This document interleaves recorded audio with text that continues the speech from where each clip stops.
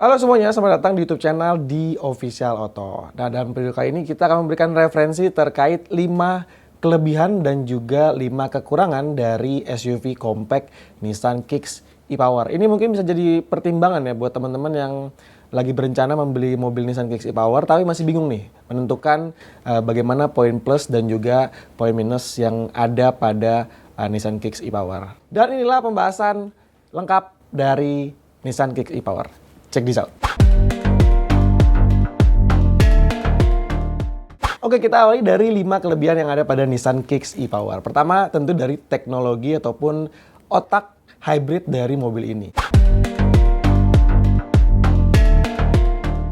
Ini sedikit berbeda dengan sistem hybrid pada umumnya, karena memang kalau di sistem hybrid pada umumnya dia bersifat paralel ya, tapi ketika di Nissan Kicks ini dia bersifat seri. Jadi si mesin tetap ada mesinnya, tapi dia hanya bertugas sebagai generator ataupun gensetnya. Tapi untuk menggerakkan roda pure baterai. Jadi ada beberapa rangkaian dari sistem teknologi hybridnya, mulai dari mesin ICE-nya, lalu juga ada generator dan juga inverter. Nah, jadi kadang-kadang mobil ini bisa bergerak mengandalkan dua metode. Pertama dari mesin dan si baterai bekerja bersamaan, ataupun pure dari baterai saja. Jadi memang terasa seperti layaknya mobil listrik murni. Dan kemudian yang kami suka dari teknologi hybrid ini adalah sistem pengecasannya. Karena memang cukup cepat ya, dia mengecas baterai dari gerak mesin ke baterai. Jadi kita akan selalu dapat mod EV-nya, dan ini tentu akan berkaitan dengan konsumsi bahan bakar yang ada pada Nissan Kicks e-Power. Nah, dari paket rangkaian elektrifikasi hybridnya juga ada fitur yang namanya e-pedal. Jadi fitur ini akan membantu banget ketika kita ngelewatin jalanan yang menanjak atau menurun. Jadi kita hanya memfungsikan pedal akselerator aja tanpa perlu menginjak rem. Jadi dia akan melakukan regeneratif yang juga akan mengubah energi kinetik menjadi energi listrik untuk menyuplai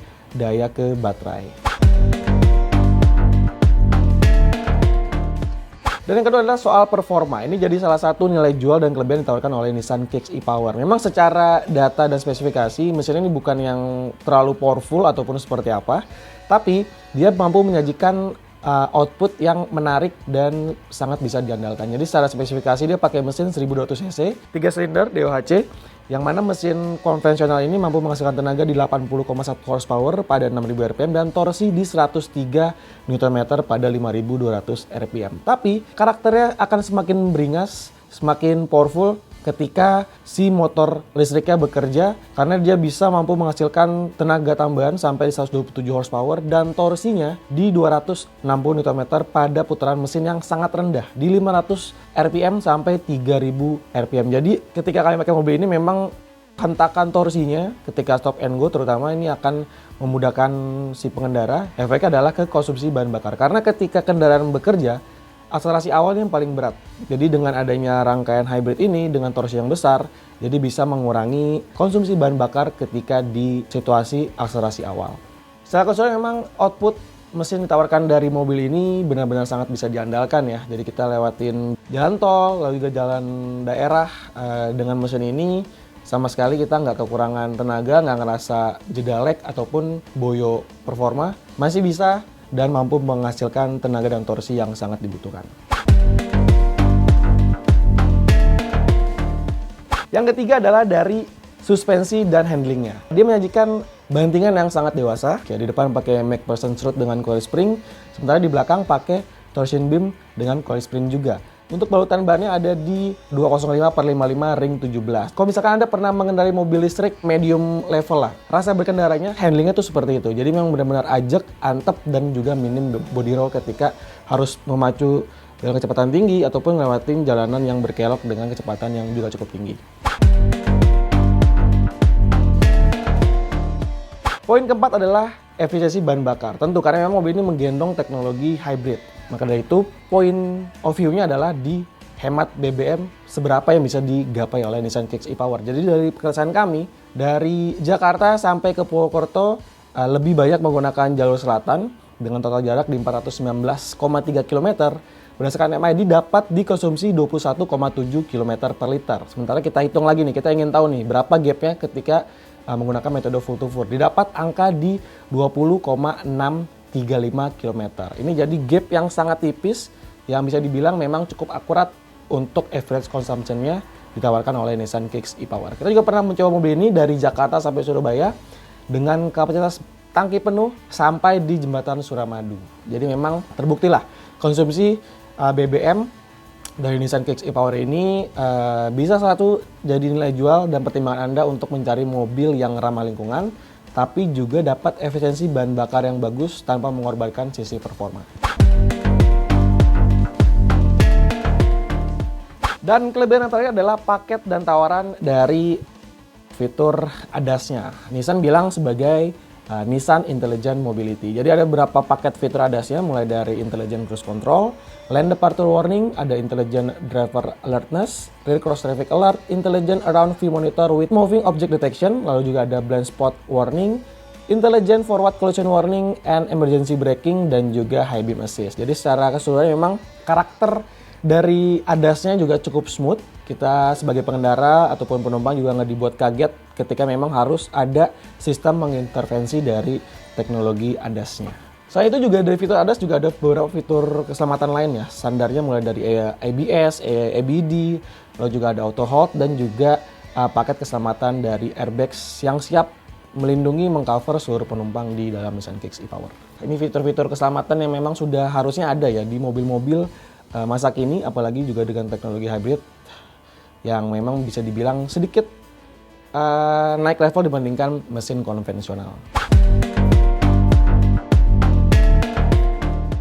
Dan sekarang kita akan bahas soal poin kekurangannya ini supaya balance nih. Kita sudah membahas kelebihan dan juga kita akan memaparkan fakta dan data dari kekurangannya. Pertama adalah dari segi harga jualnya yang relatif cukup mahal dibandingkan dengan rival-rivalnya. Apalagi ketika datang mobil dari MG ya, dengan model MG VS dijual di bawah 400 juta. Sementara lawannya, Toyota Yaris Cross juga dijual mulai 440 jutaan, cukup terpaut jauh dengan Nissan Kicks e-Power. Karena Nissan Kicks e-Power dijual dengan harga paling murah di 519 juta sampai 520 juta. Jadi ada dua varian ataupun dua tawaran yang ditawarkan oleh Nissan untuk model Kicks.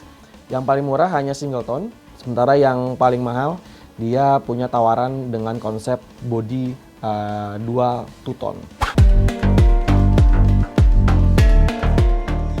Dan yang kedua adalah masuk dari kategori subjektif. Karena memang mungkin setiap orang punya finansial yang berbeda-beda. Tapi ini adalah di pajak tahunan Nissan Kicks e-Power yang terhitung cukup mahal. Karena kita pernah lihat STNK-nya di lembaran pajak, dia punya pajak per tahun di 8,5 juta lebih. Pajak yang cukup mahal dibandingkan mobil hybrid selevelnya ya, karena memang mobil ini masih diimpor utuh dan juga kita belum mendapatkan insentif untuk mobil hybrid yang pasti dengan harga jual tinggi lalu juga impor.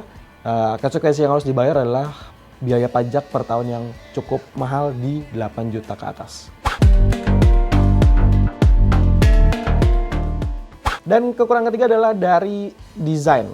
Ini sebenarnya desainnya sih saya nggak menjadi masalah ya, karena memang cukup manis, cukup keren dengan desain V-Motion, tapi di versi terbarunya pun yang ada di pasar Indonesia dia masih mendapatkan revisi yang terbilang sangat minor. Jadi lebih kepada ya sedikit perintilan juga peningkatan di sektor baterainya.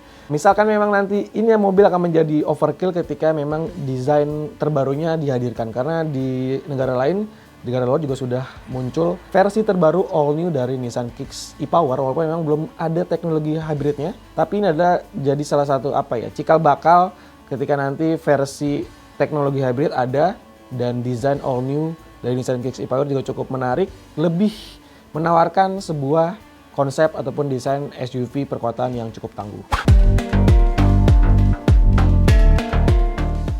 Yang keempat adalah fitur ADAS yang menurut kami sebenarnya sudah cukup lengkap, tapi akan lebih baik ketika paket fitur-fiturnya dibuat lebih banyak, karena mengingat harga mobil ini di atas 500 juta. Di atas 500 juta, berarti setengah miliar lebih bahkan. Fitur-fiturnya memang sudah cukup lengkap, tapi setelah kita coba beberapa fiturnya memang kalau misalnya dibandingkan dengan rival-rival apalagi dari merek Cina yang biasanya nggak pelit fitur ya, ini cukup tertinggal. Seperti kurangnya fitur Lane Following Assist. Lalu juga Adaptive Cruise Control di Nissan Kicks e-Power ini belum selengkap dengan fitur Adaptive Cruise Control di rival-rivalnya, yang mana bisa mengikuti marka jalan. Jadi hanya bisa mendeteksi laju pengendara di depan, mengurangi dan juga melakukan percepatan dari kecepatan dari si mobil. Lalu juga mobil ini belum dilengkapi dengan fitur automatic emergency braking di bagian belakang. Jadi hanya di bagian depan aja. Ya, sebenarnya minor, tapi dengan bandrol di atas 500 juta seharusnya fitur-fitur ADAS-nya bisa lebih lengkap dan menjadi selling point nilai jual lebih ditawarkan oleh ke konsumen. Dan kekurangan terakhir adalah di fitur penunjang ataupun fitur kenyamanan yang menurut kami juga kalah satu tingkat dibandingkan rival ataupun lawannya. Seperti tidak ada panoramik dan juga sunroof elektrik ya di mobil ini, jadi benar-benar blind atasnya. Lalu juga tidak ada electric adjuster seat baik di pengemudi depan ataupun di penumpang depan sebelah kiri. Dan juga nggak ada wireless charging untuk sebuah mobil di atas 500 juta. Dan yang terakhir adalah kepraktisan buka bagasi ataupun tailgate-nya belum menggunakan fitur dari electronic power back door. Jadi masih menggunakan kekuatan tangan, walaupun memang sudah ada tombol elektrik ya, tapi kita ketika membuka bagasinya harus menggunakan tenaga dari si pemilik mobilnya.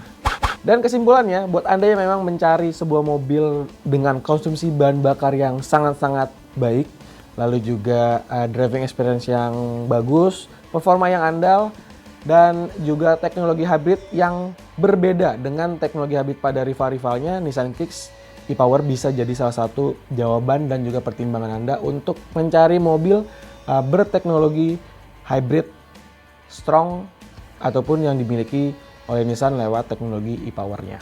Tapi kalau misalkan menganalisa soal harga, ya tentu dengan harga ditawarkan Nissan Kicks ini masih banyak pilihan lain yang sama-sama mengisi segmen SUV dengan teknologi hybrid. Jadi semua pilihan di tangan Anda, hanya disesuaikan dengan kebutuhan, kesanggupan finansial, dan juga referensi masing-masing untuk menentukan mobil pilihan Anda. Yes, itulah tadi 5 kelebihan dan juga 5 kekurangan yang ada pada Nissan Kicks e-Power. Dan semoga sekali lagi bisa menjadi referensi buat Anda. Sampai jumpa di video berikutnya. Ciao.